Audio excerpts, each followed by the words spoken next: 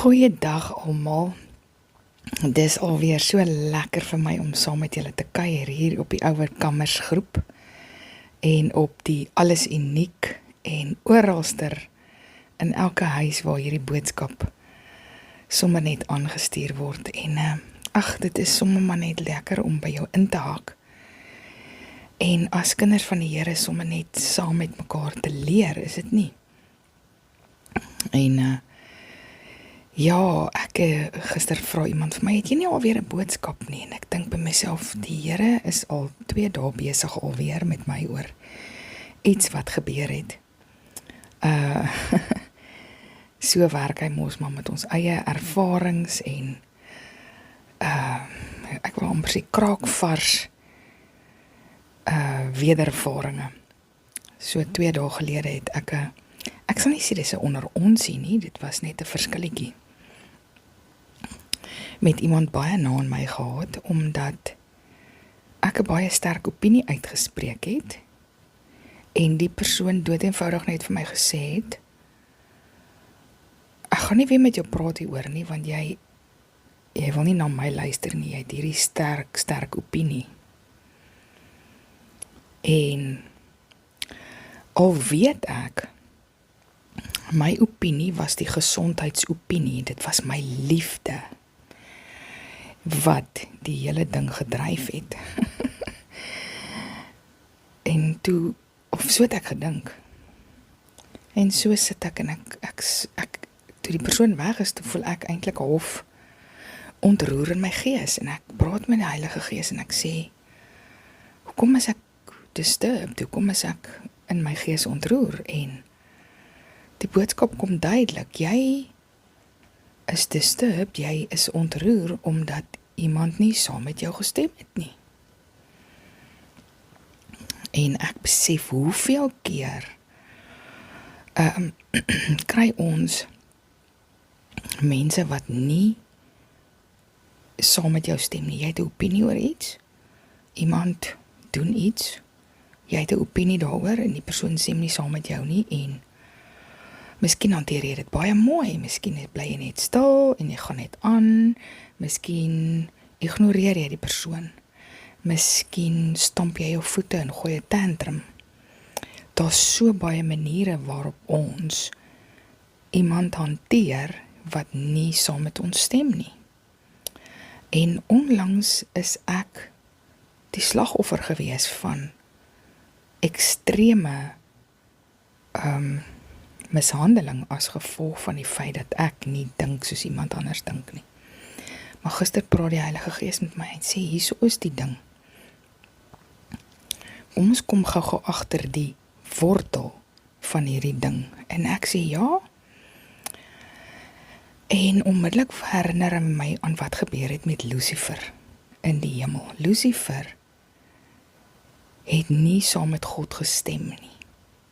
God wou gehad het die engele moet nou die kroon van die skepping, die mens wat nog geskape gaan word, gaan oppas en vir hulle boodskappe aandra en ons lees mos maar daai goed in Hebreërs 1 en Psalm 91 en goed. En ons weet Lucifer was hierdie, ek wil amper sê hoofseun in die hemel. En hy besluit, nee, maar hierdie ding dra nou nie my goedkeuring. Dis benede my om as hierdie hoofengel in die hemel nou 'n boodskap te wees en 'n oppasser en wat. Verskoon tog, maar wat toe in sy hart opstaan is nie concern vir enigiets anders nie. Dit was pride, dit was trots. En die Heilige Gees vat my en sê vir my, partykeer is die wortel agter ons omgee of ons sterk opinie om ander mense, hierdie begeerte om ander mense te oorreed, om te dink soos ons dink, om te maak soos ons sê. Die wortel agter dit is trots. Ons dink dis liefde. Maar op die ou end, wat is dit? Jy wil sê, ons het hierdie Somtyds het ons hierdie onderbewuslike behoefte of die trots dryf ons om onderbewustelik te wil mense oorheers, oorreed.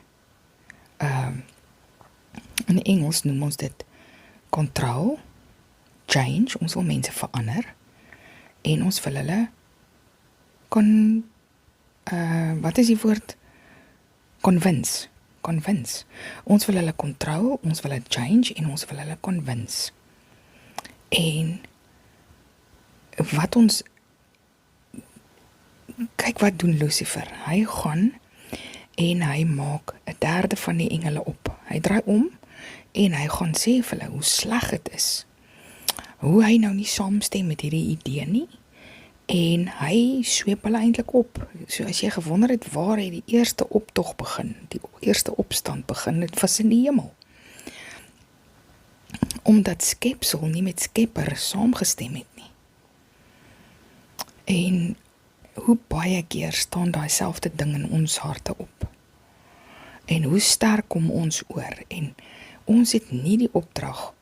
Jy sien nou, wanneer ons hulle nie geverander kry nie, en wanneer ons hulle nie oorreed kry nie, en wanneer ons hulle nie beheer kry nie, dan draai ons teen hulle, en ons begin hulle ignoreer, of ons stamp ons voete, of ons maak ander mense op teen hulle. Jy gaan vertel vir ander mense hoe ontevrede is jy oor hierdie persoon nou nie saam met jou stem nie.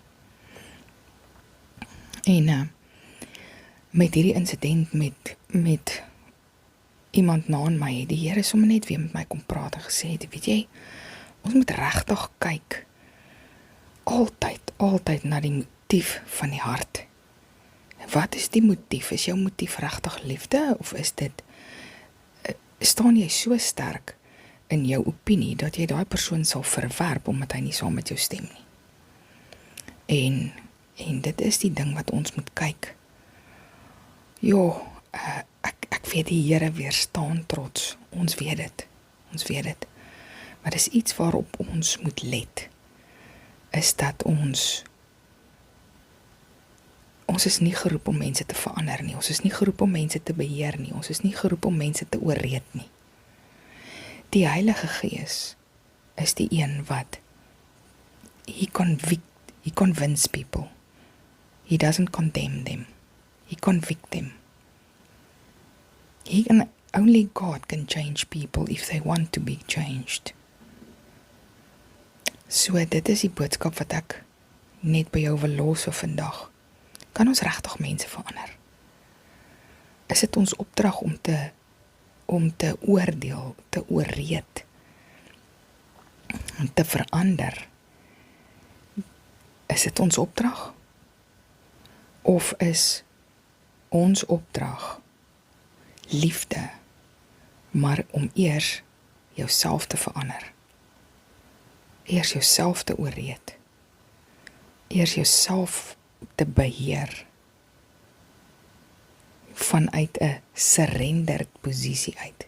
Nie vanuit 'n pride opstandigheid nie. Yes, dis 'n taai ding. Wat ons by mekaar moet eintlik inhaak en sê, weet jy, hierdie ding raak my, hierdie is diep, hierdie is hard, hierdie is reguit. Maar mag dit ons by 'n plek bring waar ons knie buig voor Vader. En daar's net een wat ons kan verander, en dis wanneer ons buig en surrender. Dan verander hy ons. En wanneer ons verander, lewe ons dalk 'n vrug uit, wat ander mense so honger en dors maak.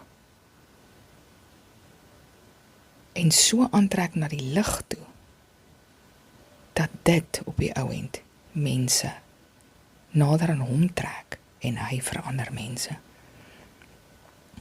Ons is nie geroep om die wêreld te oordeel nie. Ons is nie geroep om die wêreld te verander nie. Jesus het een opdrag en dit is om lief te hê. God met jou hele hart en jou naaste soos jouself. Uitdagende tye waarin ons lewe, reguit woorde. Ek dink nie God is meer by die punt waar hy met ons wil doekies omdraai nie. Dis 'n plek waar ons reguit ontvang van hom. Veral volwasse Christene. So ek hoop hierdie boodskap beteken vir iemand iets om net te surrender en te let go en ander mense te eer vir hulle andersheid, vir hulle anders wees, respek te hê vir jouself en respek te hê vir ander mense se opinies. Want respek kom vanuit 'n surrendered position. Sjoe, dis 'n ding wat ons moet deurtrap hierheen. Mag ons regtig by mekaar inhaak. Ek stuur nie hierdie boodskap uit omdat ek volmaak is in hierdie area nie. Dis maar net 'n inspirasie en 'n uitdaging en sê, joh, kom medegelowiges, kom ons kyk hier na boetas en sissas. Ons kan partykeer so hard oorkom, ons kan partykeer so oortuig wees van ons opinie, dat ons mense eintlik wegjaag en nie nader trek nie. En dit is nie God se hart nie. So mag hy regtig hierdie woord sommer net in jou hart bære. Mag dit net as 'n saad val. Mag jy dit bedink, soos 'n nikkerbol in jou wang rondrol in jou mond. En mag die Here bereik wat hy wil bereik met hierdie boodskap in my, in jou, vir wie dit aanstuur, vir wie daarna luister. Mag ons regtig medewerkers van God wees. Ek seën jou in die naam van Jesus. Totsiens.